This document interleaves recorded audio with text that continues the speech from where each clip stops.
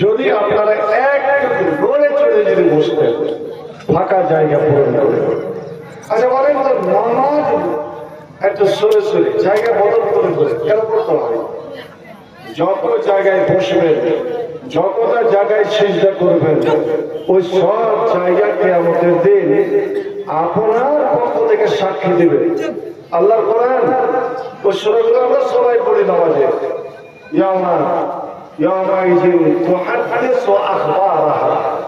আল্লাহ জমিনকে বলবে, বলো কোথায় কোথায় বসেছিল, কোন কোন জায়গায় নামাজ পড়েছিল, কোথায় কোথায় আল্লাহর জিকির করেছিল। ভাই আমার, আমরা মানুষকে মাটি দিতে গিয়ে হাইরে আল্লাহ ওখানেও গিয়ে গল্প দোষা অনেকে চিপে চিপে খাইনি গুটকা খাচ্ছে। আপনি একটা কথা শুনে রাখুন, জীবনে একবার আমলটা করে যে মানটা বলে গেছে,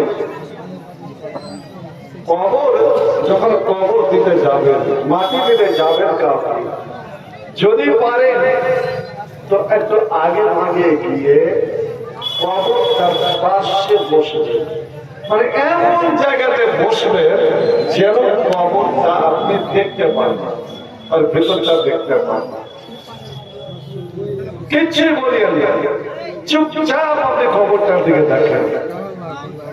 বেশি নয়, 1 থেকে 1.5 মিনিট আপনার শরীরটা কেঁপে উঠে কিনা, আর কেঁপে উঠে আপনার এতে চলে আসবে যে এই ঘর আমার।